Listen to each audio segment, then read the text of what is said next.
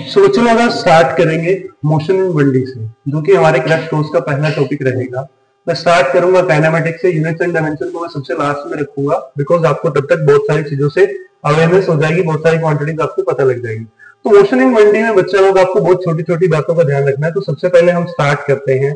आपको क्या पता होना चाहिए? आपको सबसे पहले डिफाइन पता होनी चाहिए रेस्ट की, दूसरा आपको पता होनी चाहिए मोशन की, तीसरा आपको पता होना चाहिए frame of reference.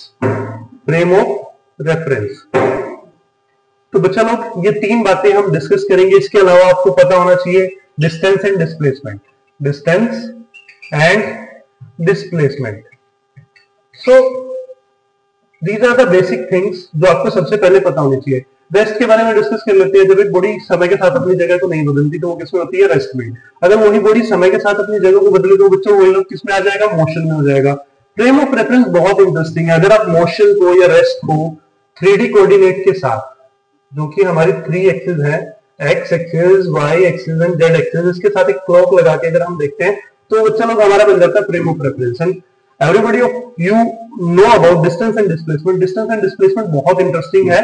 Distance and displacement मैं आपको अगर बताना भी चाहूं तो आप इसके बारे में ऑलरेडी जानते होंगे। बच्चा लोग डिस्टेंस स्केलर होता है, डिस्प्लेसमेंट वेक्टर होता है। इनमें से एक पॉजिटिव हमेशा होता है, वो कौन होता है आपको ढूंढना है, आप बताएंगे। जैसे कि डिस्टेंस आपको आइडिया है। दूसरा अगर इसमें बात करें कि डिस्प्लेसमेंट की बात, डिस्प्लेसमेंट पॉजिटिव नेगेटिव जीरो तीनों हो सकता है। कौन बड़ा कौन छोटा, इन सबको देखते हुए जो इसमें सबसे इंपॉर्टेंट क्वेश्चन बन सकते हैं बच्चा लोग, तो उस पर डिस्कस करते हैं। तो डिस्टेंस एंड डिस्प्लेसमेंट को लेके चलते हैं। डिस्टेंस एंड डिस्प्लेसमेंट में आपको एक पॉइंट जो सबसे इंपॉर्टेंट है ये याद रखना है।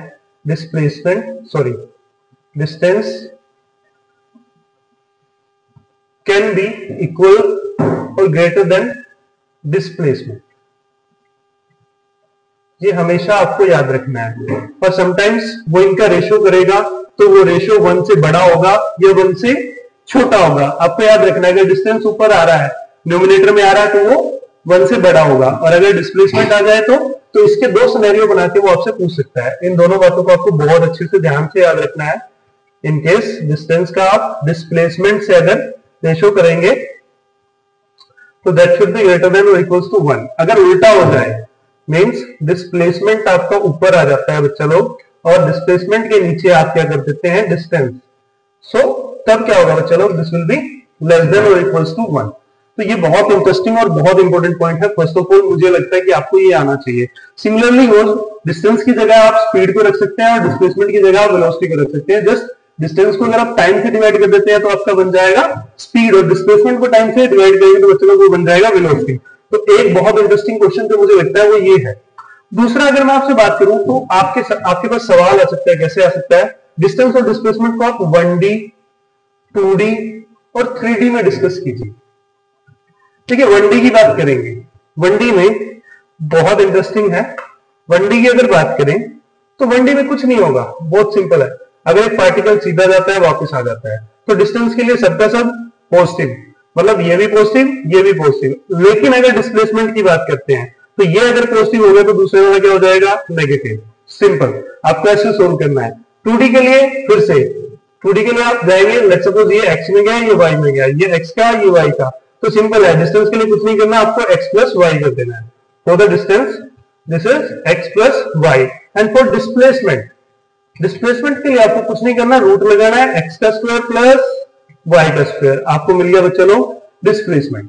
सो ऐसे ही हम चलते हैं 3D में। अगर एक पार्टिकल x की तरफ भी जाता है, y की तरफ भी जाता है और z की तरफ भी जाता है तो सिंपली डिस्प्लेसमेंट की बात करें तो क्या हो जाएगा? डिस्प्लेसमेंट में आपको तीनों को रूट के अंदर डालना है, स्क्वायर कर देना है, आपका आंसर आ जाएगा। लाइकवाइज अगर आपको डिस्टेंस निकालना है, बहुत सिंपल, x प्लस, हाँ जी बताएंगे बच्चे लोग क्या रहेगा? x प्लस डिस्टेंस हमारा रहेगा x plus y plus z. That's so simple. तो बच्चा लोग मुझे नहीं लगता इससे ज्यादा आपके पास डिस्टेंस और डिस्प्लेसमेंट से कोई भी क्वेश्चन आएगा अगर आप इसको फॉलो करते हैं। ये बहुत सिंपल मेथड है, अगर इनको आप याद रखते हैं तो आपके सारे क्वेश्चन हो जाएंगे डिस्टेंस और डिस्प्लेसमेंट के। So let's go a bit ahead. तो डिस्टेंस एंड डिस्प्लेसमेंट, स्पीड और वेलोसिटी इसी तरह से आपका होगा। तो इससे आगे चलते हैं तो हम क्या करेंगे इसके लिए, तो देखते हैं। इससे आगे बच्चा लोग आपके पास आता है कि टाइप्स ऑफ मोशन क्या होता है। टाइप्स ऑफ मोशन बहुत इंटरेस्टिंग है। Types of motion, types of motion आप बता सकते हैं। ये 1D 2D 3D तो हमने कर लिया। इसके अलावा हम दो तरह का मोशन पढ़ेंगे यहाँ पे, uniform and non uniform. So difference क्या रहेगा? यूनिफॉर्म में कुछ नहीं होगा बच्चा लोग, आपको सारे सवाल सारे के सारे क्वेश्चन बस इससे करने हैं। स्पीड है तो डिस्टेंस अपॉन टाइम, और अगर वेलोसिटी है तो displacement upon time, that's it. जहां सिर्फ ये फॉर्मूला लगते हैं तो वो मोशन होते हैं यूनिफॉर्म मोशन। बहुत सिंपल करके बता रहा हूं, किसी और लॉजिक की सब में नहीं पढ़ने की बजाय आपको इतना सा याद रखना है। दूसरी बात, यूनिफॉर्म मोशन को आपको बहुत बार ऐसे पढ़ाया होगा, इक्वल टाइम में इक्वल डिस्टेंसेस चलना, 1 सेकंड में एक्स चला, फिर से एक्स चला, 1 सेकंड में, फिर से 1 सेकंड में एक्स चला, तो ये आपका हो गया बच्चा लोग यूनिफॉर्म मोशन। नॉन यूनिफॉर्म को दूसरा हम एक्सेलरेटेड मोशन भी कहते हैं। कैसा मोशन भी कहते हैं बच्चा लोग? एक्सेलरेटेड। इसमें आप दो तरह से जा सकते हैं, यूनिफॉर्मली एक्सेलरेटेड और यूनिफॉर्मली रिटार्डेड, दो तरह का मोशन जा सकता है। तो बच्चा लोग इसमें जो हम स्पेशली पढ़ते हैं, जिसपे हमारा फोकस रहेगा, that is uniformly accelerated motion. Uniformly accelerated motion, uniformly accelerated motion बहुत अच्छे से याद रखेंगे, इसको हम बहुत अच्छे से पढ़ेंगे। यूनिफॉर्मली एक्सेलरेटेड मोशन में आपको क्या करना है? जस्ट इक्वेशंस ऑफ मोशन को लगवाना है। इक्वेशंस ऑफ मोशन आपको यूज करनी है और आपके क्वेश्चंस बनने लग जाएंगे। तो अगर यूनिफॉर्म मोशन की बात करें, इसके ऊपर क्या क्वेश्चन आते हैं, यूनिफॉर्मली एक्सेलरेटेड मोशन के ऊपर क्या क्वेश्चन आते हैं, तो उनको डिस्कस कर लेते हैं वन बाय वन। तो उस तरफ बढ़ते हुए हम देखते हैं तो कैसे हमारा क्वेश्चन बनेगा वो देखते हैं। तो जब बात करते हैं बच्चों लोग यूनिफॉर्म मोशन की, तो इसमें आपके पास सवाल आता है जो बार बार नीट के अंदर बहुत बार पूछा गया है कि एक बॉडी एक जर्नी तय करती है ए टू बी, इसको वो तय करती है इक्वल हाफ्स में, मतलब पहले भी एस चलता है, दूसरा भी एस चलता है, ठीक है, और इसको चलता है वो स्पीड v1 से, इसको चलता है स्पीड v2 से। तो आप v एवरेज बताइए। फर्स्ट सिनेरियो ये बनता है, केस नंबर 1। दूसरा केस अगर हम बात कर लें तो दूसरा केस बच्चा लोग, यहां वो चलेगा इक्वल टाइम के लिए, यहां भी टाइम t, यहां भी टाइम t, इसको चला v1 से, इसको चला v2 से।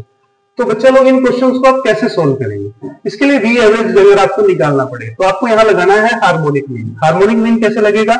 लेट्स सपोज आपके पास n बार वो डिस्टेंस चलता है, n upon v average equals to 1 upon v1 plus 1 upon v2 and 1 upon vn। So दो के केस में मैं आपको इसको बहुत इजी कर देता हूं। For 2 this will be v average equals to 2 v1 v2 2 v1 v2 and v1 plus v2। बहुत सिंपल है, ऐसे हो जाएगा। इसमें 3 वाला क्वेश्चन भी पूछा गया है। 3 वाले में क्या करेंगे? 3 v1 v2 v3 एंड अब क्या करना है? पेयर्स बनाने लग जाओ, v1 v2 v2 v3 and v3 v1। That's it. Interesting था बच्चा लोग, यहां तक आपको क्वेश्चन अभी पूछा जा चुका है। एंड सिंपलेस्ट केस, अगर आपके पास इक्वल टाइम का केस आता है तो v एवरेज निकालना और भी सिंपल है, and that is v1 plus v2 upon, let's suppose that is vn, then divided by n. So ये कितना हो जाएगा? कितनी आप दो बार चला, v1 plus v2 divided by 2. This will be arithmetic mean and this is harmonic mean. Question आ सकता है कि अगर एक बॉडी हमारे पास इक्वल डिस्टेंसेस कवर करती है with different velocities v1 and v2, so average velocity क्या होगा बच्चा लोग? इसमें होगा हार्मोनिक मीन। कैसा होगा? Harmonic mean. एंड यहां कैसा होगा? Arithmetic mean. आपको याद रखना होगा अर्थमेटिक मीन। तो इसमें कोई दिक्कत वाली बात नहीं है। सो आपके पास यूनिफॉर्म मोशन में अर्थ का जो सबसे ज्यादा क्वेश्चन पूछा गया है वो ये क्वेश्चन है, आपको इसको करके जाना है, छोड़ के नहीं जाना है। इक्वल डिस्टेंस वाला केस और इक्वल टाइम वाला केस। तो इससे आगे बढ़ते हैं बच्चा लोग। अब बात करते हैं यूनिफॉर्मली एक्सेलरेटेड मोशन की। यूनिफॉर्मली एक्सेलरेटेड मोशन हमारा क्या होता है? यूनिफॉर्मली एक्सेलरेटेड मोशन का मतलब ये है, through out the journey A will be constant. A will be constant. आपका पूरी जर्नी में एक्सेलरेशन कैसा रहने वाला है बच्चा लोग? कांस्टेंट। और यूनिफॉर्म मोशन में एक्सेलरेशन क्या होता है? जीरो होता है। एक्सेलरेशन क्या होता है? जीरो। इस बात का ध्यान रखना।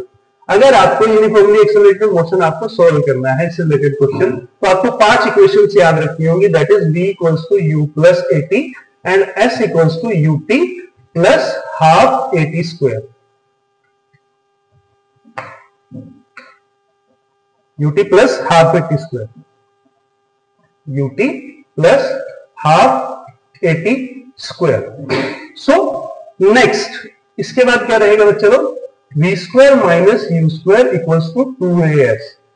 Next these are the three equations and fourth one is SNF. SNF will be बच्चा लोग बताएंगे साथ साथ, SNF will be u plus a upon 2n minus 1। बहुत सिंपल है, ये चार इक्वेशंस आपको हर एक बुक में मिल जाएगी, लेकिन मैं आपको बताने वाला हूं एक बड़ा स्पेशल और बहुत इंपॉर्टेंट पॉइंट, जिसको मैं बोलता हूं अपना इक्वेशन और मैजिकल इक्वेशन। दैट इज, अगर आप इस फॉर्मूला को अच्छे से सॉल्व करते हैं तो इस पे आप फाइनली पहुंचेंगे। आपके पास एक और फाइनल स्टेटमेंट आएगी, that is s equals to v plus u divided by 2 into t। ये आपको तब यूज करना है जब आपको डिस्टेंस, वेलोसिटीज और टाइम दिया हो, आपके पास एक्सेलरेशन ना हो, तो आपको दूसरे, अगर आप इन इक्वेशन से जाएंगे तो वो टाइम कंज्यूमिंग हो जाएगा और ये आपके लिए बड़ा टाइम सेवर हो जाएगा। तो आपको इस पॉइंट को याद रखना है, बहुत इंपॉर्टेंट है। इसके ऊपर मैं आपको क्वेश्चंस भी कराऊंगा। आज की क्लास में हम पूरा का पूरा थ्योरी पार्ट करेंगे। तो ये जो मैं आपको पढ़ाते जा रहा हूं, चलो फटाफट से इसको करने के बाद नेक्स्ट इसी वीडियो का दूसरा पार्ट आएगा, जिसमें मैं आपको इस सबसे रिलेटेड क्वेश्चंस कराऊंगा, जो कि आपके लिए बहुत इंटरेस्टिंग होने वाला है। सो बच्चे लोग देखिए, इसको आप एक और तरीके से लिख सकते हैं, s equals to v average into में t। So this is very important, तो आपको ये ध्यान रखना है। तो आपको यूनिफॉर्मली एक्सेलरेटेड मोशन से रिलेटेड क्वेश्चंस जो भी आएंगे वो इन इक्वेशंस के ऊपर आएंगे, जो कि आपको इन इक्वेशंस को लगा के करने होंगे। तो बच्चा लोग, यूनिफॉर्मली एक्सेलरेटेड मोशन का एक बड़ा ही स्पेशल और इंटरेस्टिंग केस हमारे पास आता है, motion under gravity. Motion under gravity, motion under gravity में अगर हम बात करें, हमारे पास कितने केस बनते हैं? मोशन अंडर ग्रेविटी में हमारे पास बनते हैं 4 केस बच्चों। What are those 4 cases? Are 1 2 3 4। अगर आप किसी हाइट पे खड़े हो जाते हैं, इस हाइट से आप क्या कर सकते हैं? एक बॉल को जस्ट ड्रॉप कर सकते हैं। दूसरा, इसी हाइट से उस बॉल को आप नीचे किसी स्पीड के साथ थ्रो कर सकते हैं, या तो नीचे फेंक सकते हैं आइदर, और आइदर आप कहां फेंक सकते हैं बच्चा लोग? ऊपर फेंक सकते हैं। सो v नॉट इक्वल्स टू 0। और लास्ट आप क्या कर सकते हैं, उसी बॉल को अगर ग्राउंड से प्रोजेक्ट करेंगे तो एक हाइट तक जाएगी, afterward that will reach to ground once again. तो ये 4 केसेस आपके पास होते हैं, जिनको 1 बाय 1 अपन लोग डिस्कस करेंगे। तो इनको कैसे सॉल्व करना है, यहाँ पे कैसे प्रोसेस हो, कैसे मोशन अंडर ग्रेविटी के क्वेश्चन आपके हो जाए, तो आप इसको करने के लिए मैं आपको बताने वाला हूं बड़ा ही इंटरेस्टिंग और बड़ा ही बेसिक सा रूल। देखिए, आप किसी एक डायरेक्शन को पॉजिटिव डायरेक्शन मान लीजिए, लेट्स सपोज वो आप क्वेश्चन के अकॉर्डिंग चेंज कर सकते हैं। सो लेट्स सपोज मैं फर्स्ट केस के लिए, जो कि मेरा फर्स्ट केस है, that is a ball is dropped और रिलीज्ड। याद रहेगा, इस वर्ड को बहुत अच्छे से याद रखना है, ड्रॉप्ड और released. That means initial velocity is 0 and this is height h। तो मैं नीचे वाले पार्ट को, जो भी मूवमेंट्स नीचे हो रही है, सो एक्सेलरेशन किधर लगती है? यहाँ पे नीचे। सो एक्सेलरेशन किसके बराबर ले लेनी है बच्चा लोग? मोशन अंडर ग्रेविटी में एक्सेलरेशन g के बराबर रहती है। मैंने बताया था through out the journey acceleration क्या रहेगी? कांस्टेंट, और वो किसके बराबर होगी भाई? g के बराबर। तो g की आपको वैल्यू जो दी है एग्जैक्ट, दैट इज 9.8 मीटर पर सेकेंड स्क्वायर। और अप्रोक्सीमेटली हम क्वेश्चन कई बार सॉल्व करने के लिए उसको 10 मीटर पर सेकेंड स्क्वायर भी ले लेते हैं। ठीक है, चलो। तो हमने क्या किया, नीचे वाली डायरेक्शन को हमने मान लिया प्लस, तो ऐसे में h हमारा, क्योंकि हम डिस्टेंस या डिस्प्लेसमेंट नीचे की ओर कवर कर रहे हैं, यहाँ पे डिस्टेंस लेंगे इक्वेशंस में या डिस्प्लेसमेंट लेंगे? इक्वेशंस ऑफ मोशन में जो भी लिया जा रहा है वो सबका सब वेक्टर क्वांटिटीज है, तो हम क्या लेंगे? डिस्प्लेसमेंट। इस बात का ध्यान रखना है, नहीं तो ये आपको कंफ्यूज कर देगा जब आप बॉल को ऊपर प्रोजेक्ट करेंगे और नीचे प्रोजेक्ट करेंगे। सो बच्चा लोग, यहाँ पे शुरू करते हुए हमने नीचे वाली डायरेक्शन को मान लिया है प्लस, तो नीचे वाली डायरेक्शन में प्लस माना है, तो इक्वेशन लगाते हैं v equals to u plus at। So क्या होगा बच्चा लोग? फाइनली नीचे वो ग्राउंड पे v वेलोसिटी से आएगा, इनिशियली 0 था, तो ये हमारा निकल के आ जाएगा, ये चेंज हो जाएगी। ये इक्वेशंस किस किस फॉर्म में चेंज होंगी, इनके सामने लिखते जाते हैं। And s equals to ut plus half at square, ut plus half A T square. So ये भी हमारा इक्वेशन चेंज हो जाएगा। आप साथ साथ चेंज करते रहिए, फिर मैं फाइनली आपको रिजल्ट बताऊंगा। And v square minus u square, v square minus u square equals to 2as, ये भी चेंज हो जाएगा। Likewise s n h star mark कर लीजिए, सबसे ज्यादा क्वेश्चन यहां से पूछा गया। S n h equals to u plus a upon 2n minus 1, इसके लिए क्या बनेगा? तो ये भी चेंज हो जाएगा यहाँ पे। तो बच्चा लोग u 0 है, तो जहां जहां u आ रहा है वो टर्म क्या हो जाएगी? 0 0 0 एंड 0। तो इक्वेशंस हमारी क्या बन जाएंगी? इक्वेशन हमारी बन जाएंगी, देखते हैं फर्स्ट इक्वेशन, और एक ही जगह हम क्या ले लेंगे बच्चा लोग? a इक्वल्स टू बन जाएगा हमारा g। तो पहली इक्वेशन बन के आती है v इक्वल्स टू gt। दूसरी इक्वेशन हमारी बन के आती है s की जगह डिस्प्लेसमेंट नीचे हो रही है, h equals to half gt square. इससे एक और रिजल्टेंट निकलेगा t equals to root 2h upon g। ठीक है बच्चा लोग? हाँ जी, t equals to root 2h upon g। Next अगर आप बात करते हैं, v यहां से एक और फॉर्मूला बना, v equals to root 2gh, जो कि आप यहां भी इक्वल कर सकते हैं। तो यहां आपको दो बातें समझनी है। अगर टाइम दिया तो इससे सॉल्व करना है, अगर हाइट दी तो इससे सॉल्व करना है, कंफ्यूज नहीं होना है। बहुत इंटरेस्टिंग क्वेश्चन है। नेक्स्ट लास्ट एसएनएच, बहुत इंटरेस्टिंग होने वाला है। u आपका 0 हो गया तो a बाई 2 2n माइनस 1, तो यहाँ पे क्या करेंगे मुझे बता सकते हैं आप? इसमें हम क्या करेंगे? u 0 कर देंगे तो एक ही जगह आ जाएगा g बाई 2 2n माइनस 1। याद रखना, इससे सबसे ज्यादा क्वेश्चन सॉल्व कराने वाला हूं, आपको बहुत मजे आने वाले हैं इसमें। क्या आपको ये याद रहेगा? क्या ये ध्यान रहेगा? इससे रिलेटेड मैं क्वेश्चंस कराने वाला हूं, बहुत इंटरेस्टिंग। तो बच्चों लोग, इतना होने के बाद हमारा मोशन अंडर ग्रेविटी का फर्स्ट पार्ट हो जाता है कंप्लीट। सो ये चार फॉर्मूलाज हमारे इस तरह से कन्वर्ट हो जाएंगे। लाइकवाइज आपको करना है, अब मैं इन चार में से सिर्फ आपको दो पढ़ाऊंगा। लास्ट वाले दो के लिए मैं आपको एक ट्रिक देने जा रहा हूं, उसको पढ़ते हैं, उसको समझते हैं और देखते हैं अगर हम एक बॉल को यहां से रिलीज ना करके प्रोजेक्ट करें डाउनवर्ड और अपवर्ड, ये दो केस बनते हैं, तो इनको आपको कैसे सॉल्व करना है।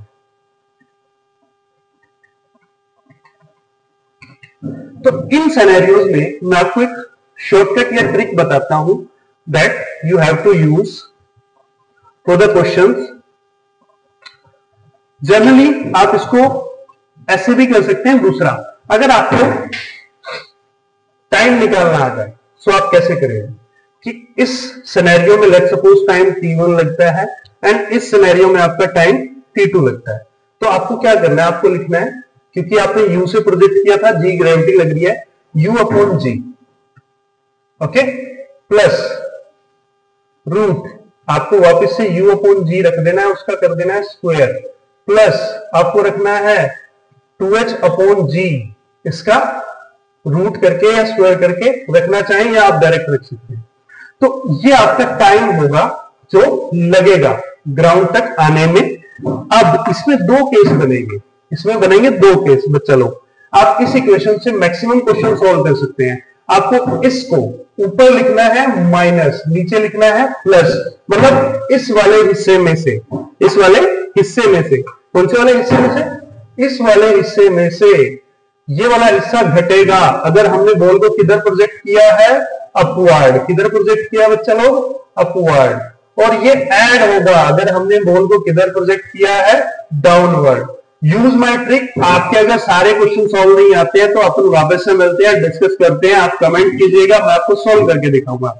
तो दमदार शुरुआत हो चुकी है बच्चा लोग। ये मैंने आपका motion under gravity just 2 page में कवर कर दिया। अब आप अपने क्वेश्चंस प्रैक्टिस करके आइए और मैं कल मिलता हूं आपको बहुत इंटरेस्टिंग क्वेश्चंस के साथ, जो आपको इन सारे केसेस से कनेक्ट कराएंगे जो आपसे बार बार क्वेश्चंस पूछे जा रहे हैं एग्जाम्स में। तो लास्ट केस जो मेरा रह गया है उसको एक बार डिस्कस कर लेते हैं।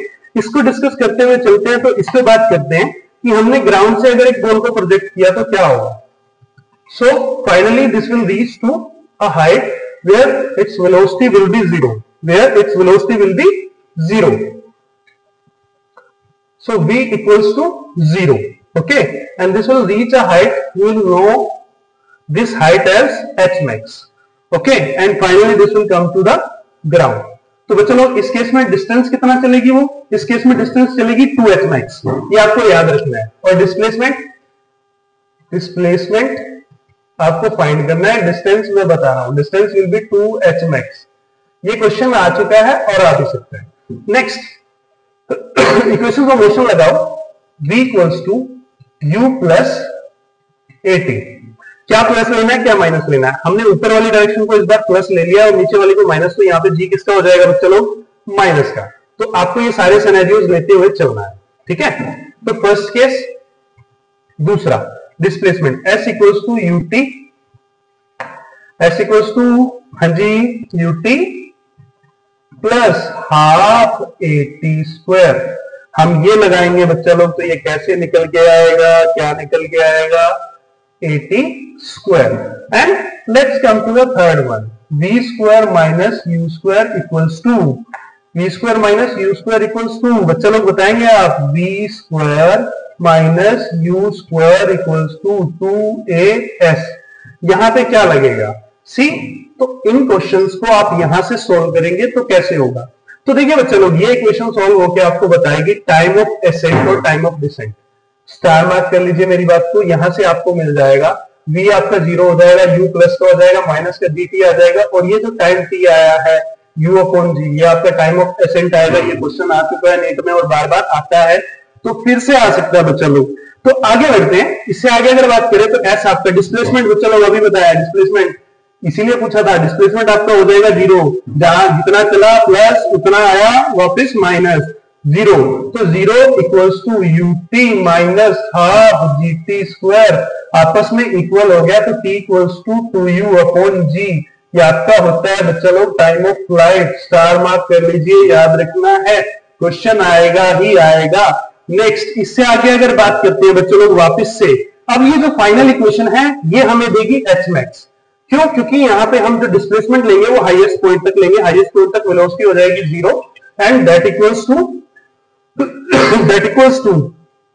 इसको तो ले जाएंगे तो प्लस का हो जाएगा, प्लस का हो जाएगा तो u square minus 2g h max। तो यहां से हमारा h max कितना आ गया बच्चा लोग? बहुत इंटरेस्टिंग सवाल है, बहुत इंटरेस्टिंग सवाल है। कितना आ जाएगा बच्चा लोग बताइए जरा? हमारा आ जाएगा h max equals to u square upon 2g। तो ये सारे पॉइंट्स आप याद रखेंगे। कल मैं आपको मिलता हूं कुछ इंटरेस्टिंग प्रॉब्लम्स के साथ, ठीक है बच्चा लोग? तो इतना हमारा है यहाँ पे, जिससे बहुत सारे सवाल आ रहे हैं। ये वो पोर्शन है, इसको हार्ट बोलेंगे हम फर्स्ट चैप्टर का। और जाते जाते आपको बहुत इंटरेस्टिंग कंसेप्ट और दे जाता हूं, जिससे रिलेटेड कैलकुलस से रिलेटेड, कैलकुलस मतलब डिफरेंशिएशन से रिलेटेड आपके पास क्वेश्चन आते हैं, तो कैसे सोल्व करना है। Let's suppose this is displacement and this is velocity and this is acceleration. Okay, तो अगर हम डिस्प्लेसमेंट को अब ऐसे ऐसे लिखना है, ऐसे आते हुए हमें क्या करना होगा? डिफरेंशिएशन। अगर डिस्प्लेसमेंट का डिफरेंशिएशन किया तो वेलोसिटी मिलेगी, वेलोसिटी का डिफरेंशिएशन किया तो एक्सेलरेशन मिलेगा। अगर उल्टा किया, एक्सेलरेशन का हमने इंटीग्रेशन किया तो हमें क्या मिलेगी? हाँ जी बताइए, हाँ जी क्या मिलेगा? एक्सेलरेशन का इंटीग्रेशन किया तो वेलोसिटी मिलेगी, इधर जाते हुए करना होगा इंटीग्रेशन। अगर एक्सेलरेशन का इंटीग्रेशन किया तो वेलोसिटी, वेलोसिटी का इंटीग्रेशन किया तो डिस्प्लेसमेंट। और इससे रिलेटेड जो भी इंटरेस्टिंग क्वेश्चन बनते हैं जो कि बहुत इंपॉर्टेंट है, यहां से क्वेश्चन आता ही आता है, याद रहे, बहुत इंटरेस्टिंग है, मजा आने वाला है। कल मिलते हैं नए सेशन के साथ, जिसमें सिर्फ और सिर्फ रहेंगे क्वेश्चंस। तो थ्योरी पार्ट ऐसे कवर करते हुए मेरे यहाँ पे किसी भी चैप्टर को लेके 2 पार्ट रहेंगे। फर्स्ट पार्ट में मैं डिस्कस करूंगा theory part, and second part बच्चों रहेगा लेकर किसको? क्वेश्चंस को। और क्वेश्चंस कैसे होंगे? वो आपके होंगे प्रीवियस ईयर क्वेश्चंस या बहुत इंटरेस्टिंग क्वेश्चंस जो आपको इस बार जो आप एक्सपेक्ट कर सकते हैं 4 मई को अपने एग्जाम्स में। थैंक्स अ लॉट बच्चा लोग, मिलते हैं नए वीडियो के साथ।